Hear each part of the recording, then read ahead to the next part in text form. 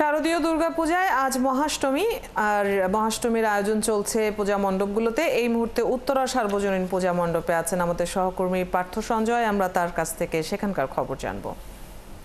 পার্থ, উত্তরার যে মণ্ডপে আপনি আছেন সেখানে কুমারী পূজার কার্যক্রম কি হয়েছে?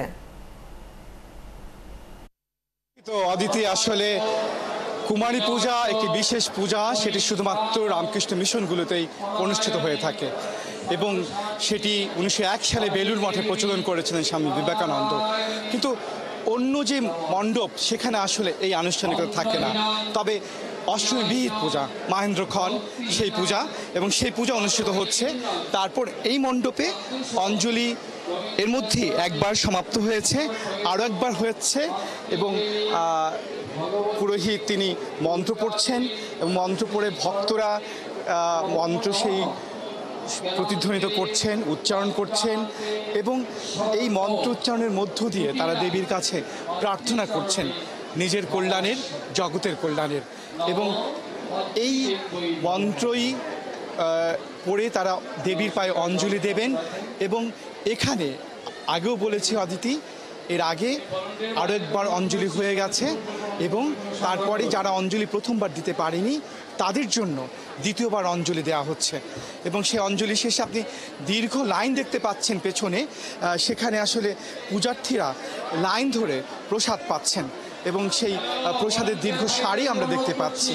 এবং এর মধ্য দিয়ে আসলে মহা অষ্টমীতে যে অষ্টমী বিহিত পূজা তার সমাপনী ঘোষণা হলো। আর একটু বিষয় বলে রাখি অদিতি, মা দেবী দুর্গা পৃথিবীতে আসেন যে মহিষাসুরকে বধ করতে, সেই মহিষাসুর বধের ক্ষণটি আসলে আজকে। এবং অষ্টমী যে ক্ষণ, সে অষ্টমীর শেষ 24 মিনিট এবং নবমী শুরুর প্রথম 24 মিনিট, সব মিলিয়ে 48 মিনিট। সে 48 মিনিটে সন্ধিক্ষণ মনে করা হয়।